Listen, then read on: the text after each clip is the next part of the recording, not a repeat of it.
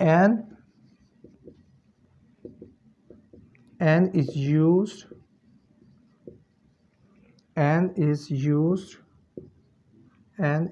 used before such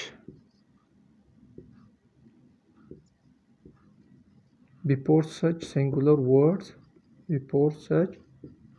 singular words, such singular words which start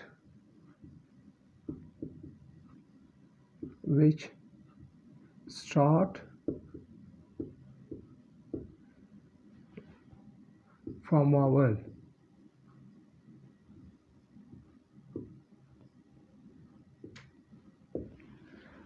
N is used before such singular words which start from vowel. दोस्तों N को उन अल्फाज, उन वाहिद अल्फाज के लिए हम इस्तेमाल करते हैं जिसका स्टार्टिंग लफ्ज़, जिसका स्टार्ट वावल से होता है। तो जो 26 हरूफ है उसमें हमने आप लोगों को वावल के बारे में भी बताया था कि वावल इन 26 हरूफ में 5 of them are called vowel. 5 of them are called vowel. Vowel कौन से अल्फाज थे? A, E, I, O, U। अगर इंग्लिश के किसी वाहिद लफ्ज़ के शुरू में स्टार्ट में वावल आए A, E, I, O, U, तो उसके शुरू में उसका एक का मानी देने में उसके शुरू में हम N का यूज़ करते हैं। फॉर एग्ज़ाम्पल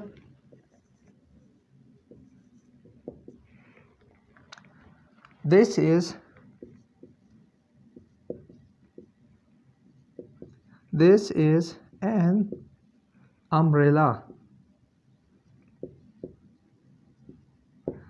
ये एक छतरी है, ये एक छतरी है। This is an umbrella। अभी umbrella का जो स्टार्टिंग वर्ड है वो क्या है? U।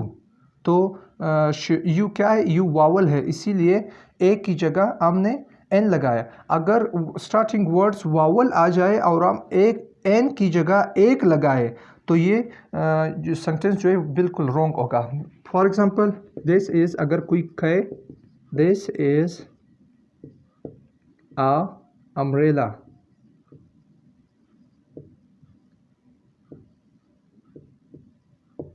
This is a umbrella. So दोस्तों ये सेंटेंस बिल्कुल रॉन्ग है क्योंकि अम्ब्रेला का जो स्टार्टिंग वर्ड्स है वो वावल है, यू है। तो जब किसी लफ्ज़ का स्टार्टिंग वर्ड्स वावल आ जाए, A, E, I, O, U में से कोई लफ्ज़ आ जाए स्टार्टिंग में, तो उसके साथ हम A नहीं लगाते। A इसमें बिल्कुल रॉन्ग है, इसके साथ हम लगाते an umbrella, an umbrella. The next one, this is an iron. This is an iron, ये एक इस्त्री है। आयरन का जो पहला वर्ड है वो क्या है दोस्तों? वावल, आई। इसीलिए आयरन से पहले हमने ए की जगह एन लगाए क्योंकि आयरन का जो स्टार्टिंग वर्ड है वो वावल है। अगर कोई कहे this is a iron, this is a iron, ये एक इस्त्री है। दोस्तों ये सेंटेंस बिल्कुल रॉन्ग है क्योंकि आयरन का जो स्टार्टिंग वर्ड्स है वो वावल है, उसके साथ ए नहीं आ सकता, ए की जगह हमने एन लगाना है। दिस इज़ एन आयरन, ये एक इस्त्री है। सो दोस्तों आज का लेक्चर यहाँ तक है। क्लास 1 में भी हमने आप लोगों को पढ़ाया था वावल्स और कॉन्सोनेंट्स के बारे में कि मतलब इंग्लिश का जितना भी लैंग्वेज है, कॉन्सोनेंट्स अल्फाज, अगर कॉन्सोनेंट्स अल्फाज के साथ वावल ना हो तो वो कॉन्सोनेंट्स खुद से कोई भी मानी नहीं देता, ना उससे कोई अल्फाज बनता है, उसके साथ लाजमी वावल होते हैं। और ये डिफरेंस था ए और एन के दरमियान। सो गाइस मिलते हैं नेक्स्ट क्लास में, अब के लिए अल्लाह हाफिज़।